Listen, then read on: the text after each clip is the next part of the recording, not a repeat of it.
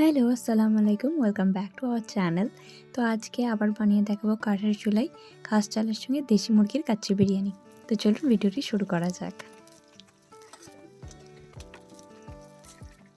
তো এখানে চুলার মধ্যে একটা কড়াই বসিয়ে নিচ্ছি এবং সেখানে দিয়ে দিচ্ছি সানফ্লাওয়ার অয়েল। আর এখানে কেটে রাখা আলু দিয়ে মাখিয়ে নিচ্ছি জাফরান আর নুন। ভালোভাবে মাখিয়ে নিচ্ছি ভেজে নেওয়ার জন্য। তো এদিকে আমাদের তেল গরম হয়ে গেছে, একটা একটা করে আলু ছেড়ে নেব এবং ভালো করে লাল করে ভেজে নেব। তো অন্যদিকে প্রেসার কুকার বসিয়ে নিয়েছি। এখানে দেব পর্যাপ্ত পরিমাণ তেল, দিয়ে দিচ্ছি কোচানো পেঁয়াজ। তো পেঁয়াজটিকে নাড়াচাড়া করতে হবে যতক্ষণ না পেঁয়াজটা সফট হয়ে আসে। তো এখানে আছে 700 গ্রামের মতো দেশি মুরগির মাংস। তো সেটা দিয়ে দিচ্ছি পেঁয়াজের মধ্যে।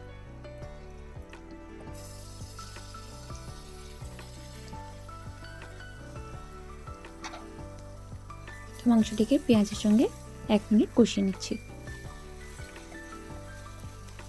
তো তারপরে দিয়ে দিচ্ছি আদা রসুন বাটা এবং আরেকবার ভালো করে কষিয়ে নেব। দিয়ে দিচ্ছি হলুদ গুঁড়ো, লঙ্কার গুঁড়ো এবং সঙ্গে দিয়ে দিয়েছিলাম ধনে গুঁড়ো, জিরে গুঁড়ো আর দিয়ে দিচ্ছি টেস্ট অনুযায়ী লবণ এবং মশলাটি কষাতে থাকবো যতক্ষণ না কাঁচা গন্ধটি চলে যায়। দিয়ে দিচ্ছি সামান্য পরিমাণ জল। এদিকে আমার আলুগুলো ভাজা হয়ে গেছে, আলুগুলোকেও তুলে নিচ্ছি।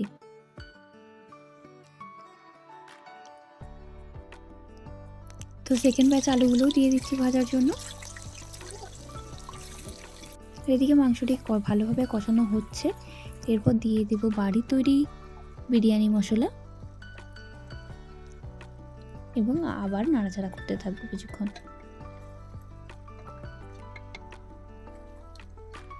তো তারপর সামান্য পরিমাণ দিচ্ছি জল এবং এটাকে সিটির জন্য দিয়ে দিচ্ছি ঢাকনা। এরপর বেরেস্তার জন্য আমি পেঁয়াজ কুচিয়ে নিচ্ছি এখানে।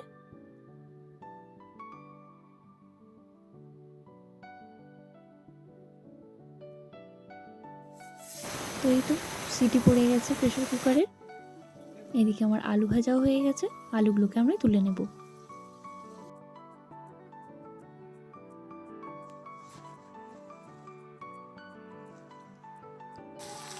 ওই একই তেলে দিয়ে দিচ্ছি পেঁয়াজ এবং এটিকে ব্রাউন করে ভেজে নেব।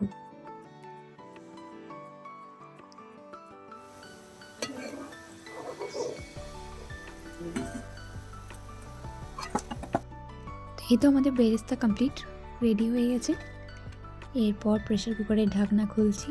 দেখুন কি অপূর্ব কালার এসছে। তো চুলার মধ্যে আরও কিছুক্ষণ 5 থেকে 7 মিনিট বসিয়ে কষিয়ে নেব। এরপর এটা খাস চাল বা গোবিন্দভোগ চাল যেটা বলবেন, তো ভালোভাবে 3 থেকে 4 বার পরিষ্কার জলে আমি ধুয়ে নিচ্ছি। এরপর যে হাঁড়িটাই ভাতটি রান্না হবে সেটি চুলোর ওপর বসিয়ে নিয়ে তাতে দিয়ে দিচ্ছি ফুটন্ত গরম পানি। এরপর দিয়ে দিচ্ছি ধুয়ে রাখা চালটি, দিয়ে দিচ্ছি টেস্ট অনুযায়ী লবণ। তো এখানে একটা জিনিস খেয়াল রাখতে হবে, যেহেতু এটা গোবিন্দভোগ চাল তো তার জন্য খুব তাড়াতাড়ি গলে যেতে পারে। তো 50% কুকড হয়ে যাওয়ার পর থেকে নামিয়ে জলটি ঝরিয়ে নিতে হবে।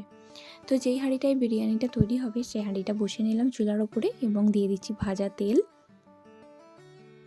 এবং দিয়ে দিচ্ছি বাড়ির তৈরি 1 চামচ গাওয়া ঘি।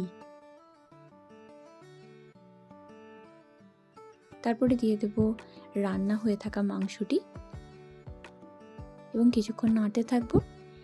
তারপর দিয়ে দিচ্ছি ভেজে রাখা আলুগুলো।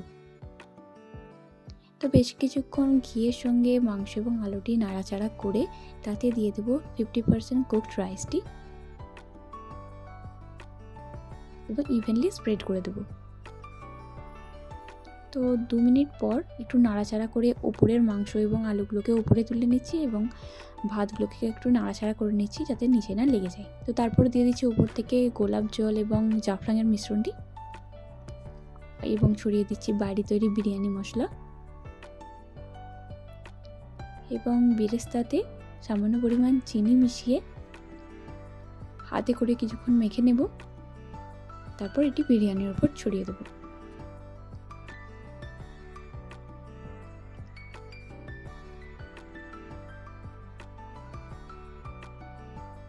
এই তো বিরিয়ানি রেডি। ঢাকা দিয়ে 15 মিনিটের মতো দম হবে। এই তো দম থেকে খুলে গেল, অপূর্ব সেন্ট। খাস চালের নিজস্ব একটা সেন্ট আছে, আর ভাতগুলো ভীষণ ঝরঝরে হয়েছে। তো ভাতটার দিকে একটু খেয়াল রাখতে হবে যেন না গলে যায়, তো 50% যেন কুক হয়। তো এই তো অপূর্ব টেস্টের সঙ্গে আমরা খাচ্ছি, এদিকে বাবু আমার কোলেতে। তো বাড়িতে এটা ট্রাই করে দেখতে পারেন, ভীষণ টেস্টি হয়। তো দেখা হবে অন্য কোনো একটা ভিডিওতে। আজকের মতো আল্লাহ হাফেজ। Thanks for watching.